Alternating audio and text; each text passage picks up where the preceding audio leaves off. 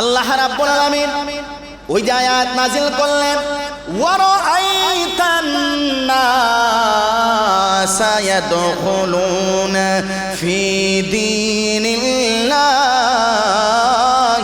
আফওয়াজা। আল্লাহ রাব্বুল আলামিন নবীজিকে জানায় দিয়েছিলেন আগে খায়বার যুদ্ধের পরে, হুদায়বিয়ার সন্ধির পরে আল্লাহ জানায় দিলেন, নবী আমার এমন একটা সময় আপনি দেখবেন আপনার হাতের মধ্যে হাজার হাজার মানুষ কালেমা পড়ে তারা মুসলমান হয়েছে। মক্কা বিজয়ের দিন আমার ভাইয়েরা আল্লাহর পয়গম্বরের হাতে প্রায় 40,000 মানুষ কালেমা পড়ে মুসলমান হয়েছে। সুবহানাল্লাহ। কয় হাজার? আর একটু জোরে বলেন কয় হাজার? মুসলমান ভাই, নবীজি যখন মদিনায় ছিলেন অনেক মানুষ নবীজিকে সত্য নবী বলে তারা জানতো, মুহাম্মদ সত্য নবী। সুবহানাল্লাহ নাই? কিন্তু তারা এটা প্রকাশ করতে পারতো না। মক্কার জমিনের অনেক মানুষ তারা জানতো মুহাম্মদ হলো সত্য নবী, কিন্তু তারা এটা প্রকাশ করতে পারতো না মক্কার কুরাইশ কাফেরদের নির্যাতনের ভয়ে। ঠিক কিনা? কথা জুড়ে হই না? তারা জানতো মুহাম্মদ সঠিক রাস্তায় আছে, মুহাম্মদের সাহাবায়ে কেরাম সঠিক রাস্তায় আছে, কিন্তু তারা প্রকাশ করতে পারতো না নির্যাতনের ভয়ে। কারণ প্রকাশ করলেই বাদাম আছে। কথা জোর ঠিক কিনা? প্রকাশ করলে কি আছে? মাইরা, সেজন্য তারা প্রকাশ করতে পারতো না। আল্লাহর পয়গম্বর মক্কা বিজয় করিয়া যখন উনি এবার মদিনায় চলে গেলেন, কোথায় চলে গেছে? বিশ্বনবীজি এবার মদিনায় যখন চলে গেলেন, আল্লাহর পয়গম্বর মদিনায় উনি মসজিদে নববীর মধ্যে উনি বসা। আমার ভাইয়েরা হঠাৎ করে সাহাবায়ে কেরাম লক্ষ্য করলেন, সুবহানাল্লাহ, জোরে বলেন সুবহানাল্লাহ। বিশ্বনবী মসজিদে নববীর মধ্যে বসা, আল্লাহর পয়গম্বর আবার এবং সাহাবায়ে কেরাম লক্ষ্য করলেন পূর্ব দিক দিয়ে পাহাড়ের উপর দিয়া হাজার হাজার মানুষ দেখা যায়, শত শত মানুষ ঘোড়া দৌড়ে আসতেছে। এই তাদের দুলার কারণে রাস্তা দেখা যায় না, অন্ধকার দেখা যায়। সাহাবায়ে কেরাম এবার আশ্চর্য হয়ে গেলেন, ওগো আল্লাহর পয়গম্বর,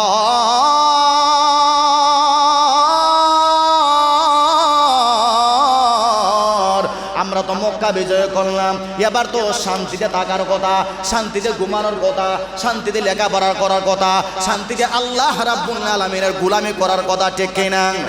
ওগো নবী আমার শোনো। কিন্তু খেয়ে আসলে দেখা যায় সমস্ত সাহাবায়ে কেরাম তরবারি আবার কুলিয়া লাইছেন, তরবারি প্যাকেটের ভিতরে ছিল, সবাই তরবারি রেডি হয়ে গেছেন, আজকে জীবন মরণ যুদ্ধ হয়ে যাবে। আল্লাহর পয়গম্বর বললেন, ও সাহাবায়ে কেরাম ভালো করে শোনো, তরবারি তোমরা বের করিও না, তরবারি প্রত্যেকের ব্যাগের ভিতরে ঢুকায় রাখো। সুবহানাল্লাহ। তরবারি ব্যাগের ভিতরে ঢুকাও। সমস্ত সাহাবায়ে কেরাম তরবারি আবার ব্যাগের ভিতরে ঢুকাইলেন। হঠাৎ করে দেখা গেল প্রায় 700 মানুষ। কয়শো মানুষ? আর একটু জোরে এখন কয়শো? 700 লোকের একটা কাফেলা ঘোড়া দিয়া তারা আসতেছে।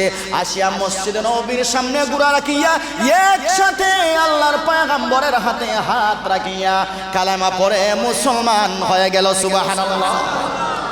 700 তারা বলে, ওগো নবী আমার শোনো, আমরা হলাম অমুক দলের একটা লোক, আমরা জানতাম আপনি সত্য নবী, আমরা জানতাম আপনার আল্লাহ সত্য, জাহান্নাম সত্য, জান্নাত সত্য, কিন্তু আমরা জবান খুলতে পারতাম না মাইরের ভয়ে।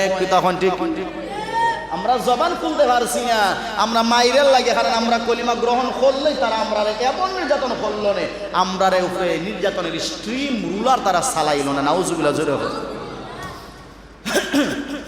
নবীজি কইলা আপনারা ইসলাম ধর্ম গ্রহণ করছেন, আলহামদুলিল্লাহ। ওই যে আল্লাহ কইছেন, ওয়ারাআইতান নাস ইয়াদখুলুনা ফি দীনিল্লাহি আফওয়াজা। আল্লাহর পয়গম্বরকে যে আল্লাহ জানায় দিয়েছিলেন হুদায়বিয়ার সন্ধির পরে, ইয়া রাসূলুল্লাহ, ইয়া হাবিবাল্লাহ, আপনি আপনার পক্ষে দেখতেছেন সমস্ত সাহাবায়ে কেরাম, তারা আন্দাজ করতেছে হুদায়বিয়ার প্রত্যেকটা শর্ত মুসলমান বিপক্ষে চলে গেছে।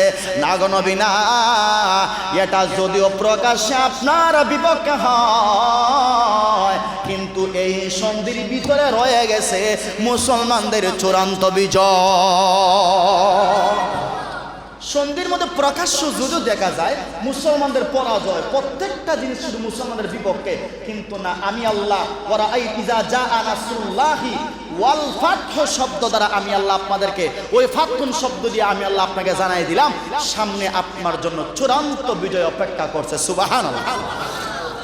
বিজয় আল্লাহ দিয়েছেন, কথা যখন বিজয় আল্লাহ দিয়েছেন নি, হুদায়বিয়ার সন্ধির পরে আল্লাহ সূরাতুন নসর নাযিল করে আল্লাহ জানাই দিয়েছেন আপনার সামনে আপনার জন্য চূড়ান্ত বিজয় অপেক্ষা করতেছে। সুবহানাল্লাহ। নবীজি প্রতিশোধ নিছেন না মক্কার বিজয়ের সময়, ইচ্ছা করলে নবীজি সবরে মারিয়ে একেবারে শেষ করতে পারতেন, কিন্তু নবীজি বলেন আমাকে আল্লাহ পাঠাইছেন রহমত বানাইয়া। সুবহানাল্লাহ। কি বানাইয়া পাঠাইছেন? রহমত বানাইয়া আল্লাহ আমাকে পাঠাইছেন। কাজে আমি নবীজির অভ্যাস না প্রতিশোধ নেওয়া। একটা কথা আমি মাঝখানে হজব হয়ে গেছে, কারণ সবকিছু সময়ের সংক্ষেপ, বিস্তারিত বললে তো সবকিছু নেওয়া যায়, কিন্তু সময় সংক্ষেপ থাকলে কোনটা আগে আনবেন কোনটা পরে আনবেন এটা একটু উলট পালট হয়ে যায়। নবীজি যখন ওই যে সন্ধি তারা ভঙ্গ করছিল, 2 বছরের মাথা তারা সন্ধি ভঙ্গ করে দিয়েছে, নবীজি প্ল্যান নিতেছেন, সমস্ত সাহাবায়ে কেরামকে ডাকিয়ে না নবীজি পরামর্শ করতেছেন, সাহাবায়ে কেরাম এখন কি করা যায়। সাহাবায়ে কেরাম বললেন নবীজি তারা যদি সন্ধি চুক্তি ভঙ্গ করছে আমরা তাদের বিরুদ্ধে যুদ্ধ করব, আমরা মক্কায় আক্রমণ করব। নবীজি গোপনে গোপনে 10,000 সাহাবায়ে কেরামের একটা কাফেলা রেডি করছেন না। এই যে সংবাদটা নবীজির একজন সাহাবী হাতিব ইবনে আবি বালতা, বুখারীর সরা ফাতহুল বারীর মধ্যে সাহাবীর নাম এসেছে। নবীজির সাহাবী হাতিব ইবনে আবি বালতা, উনি ছিলেন নবীজির এত ভক্ত ছিলেন। নবীজি যখন মদিনায় হিজরত করছেন, উনিও মদিনায় মক্কায় রয়ে গেছেন, ওনার বাবা মা ঘর বাড়ি আত্মীয় স্বজন সব কিছু মক্কায়, কিন্তু একমাত্র নবীজির ভালোবাসায় উনি একা একা নবীজির জন্য রাত্রে বেলায় গোপনে উনি মক্কা থেকে মদিনায় হিজরত করছেন। সুবহানাল্লাহ।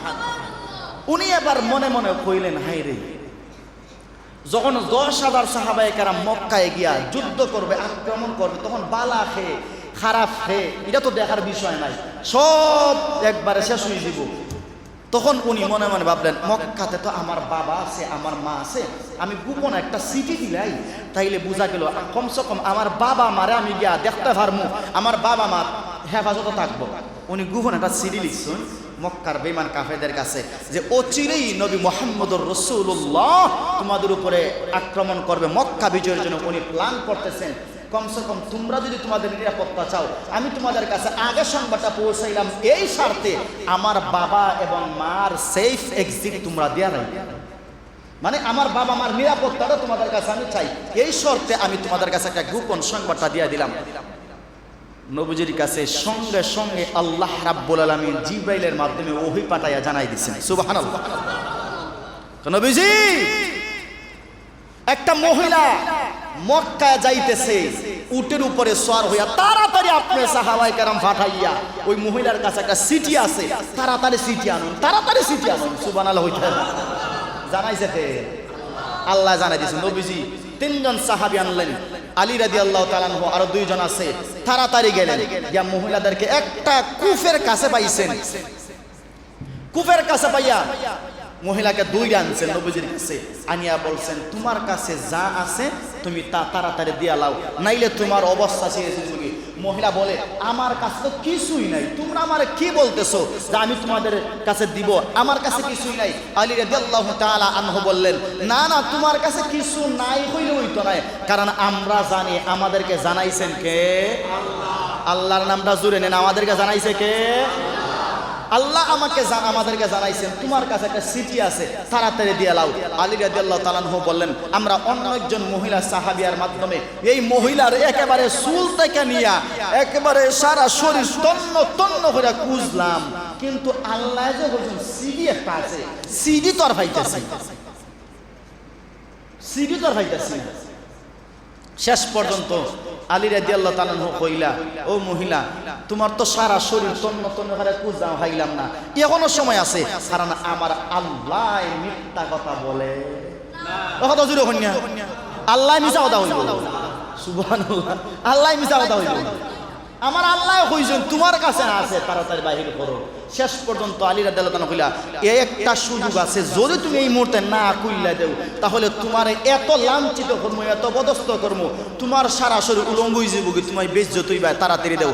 শেষ পর্যন্ত মহিলায় ওই যে চুলের বেনি আছে না, চুলের ভিতরে ঢুকাইছে, সিরিয়ারে চুলের ভিতরে, চুলের ভিতরে, চুলের কুফা তো বড় না নেই, চুলের ভিতরে সিরিয়ারে ঢুকাইয়া এরপরে চুল রে কি দাওয়ার যে বাঁধছে, বাঁধাতে কুফা বাঁধছে।